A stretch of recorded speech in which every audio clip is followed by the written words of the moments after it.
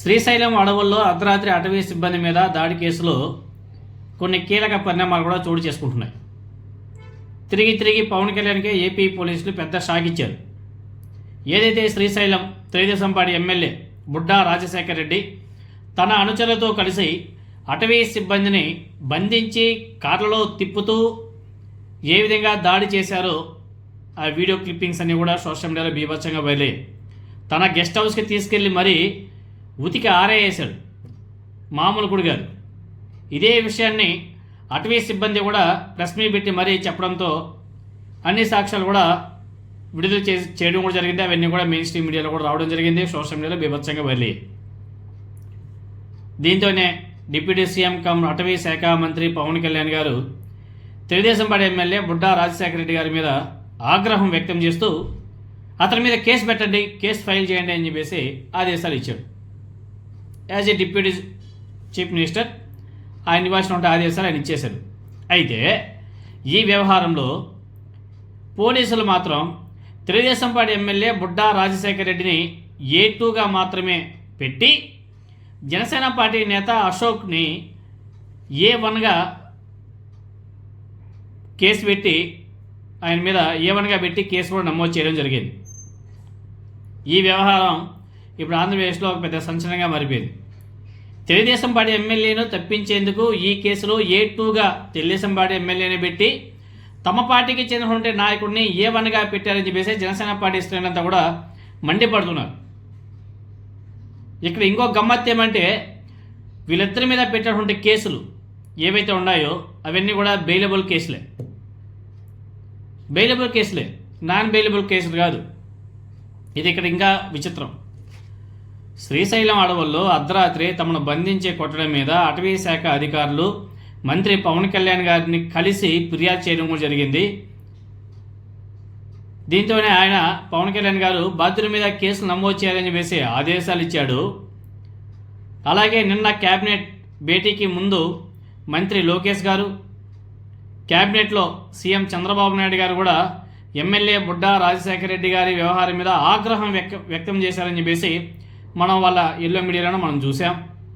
కానీ తెల్లారేసరికి కంప్లీట్గా సీన్ మారిపోయింది.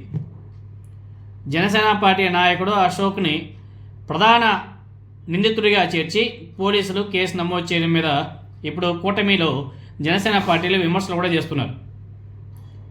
మెయిన్ ముద్దాయి తెలుగుదేశం పార్టీ ఎమ్మెల్యే అయితే ఇక్కడ జనసేన పార్టీ నాయకుడిని A1గా పెట్టి కేసు నమోదు చేశారు.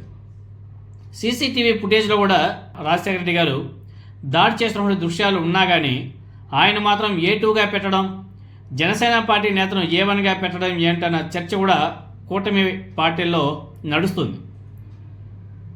అలాగే వీళ్ళిద్దరి మీద పెట్టినటువంటి కేసులు కూడా బెయిల్ లభించేలా కేసు పెట్టడం మీద కూడా బీభత్సంగా విమర్శలు అయితే వస్తున్నాయి. అయితే ప్రభుత్వం మాత్రం దీని మీద మౌనం వహిస్తుంది.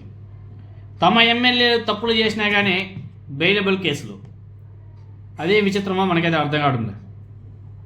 అంత చేసినా కానీ వాళ్ళ మీద కేసులు లేవే, అదే కదా వాళ్ళ బాధ. కేసులు లేవు, అసలు ఇంకా ఏమి లేవు, ఫ్రీ హ్యాండ్స్, కేసు పెట్టేసేనే అంతే. బెయిలబుల్ కేసులు అవన్నీ కూడా. ఇంకా అంత మాత్రం కేసు పెట్టకపోతే ఏం లాభం పెట్టి కూడా.